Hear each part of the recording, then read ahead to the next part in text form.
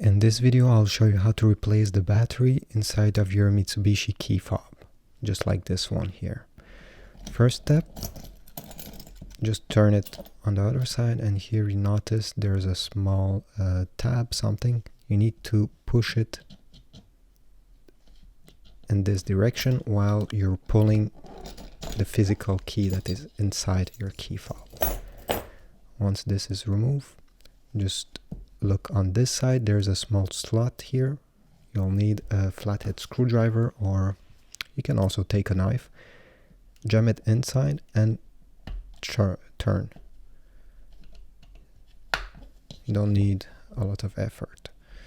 This will pry open the case. You just need to separate both parts, and here we go. We have the CR2032 3 volts battery right there. Now to remove it, you can take back your screwdriver, and here there's a small space where you can put it and lift the battery so you can take it out. Here we go. Take it out, bring a new one. Don't forget to put the positive side facing up. This is very important. So insert it back like so and push it. Now you'll need to put back the casing together, just like so.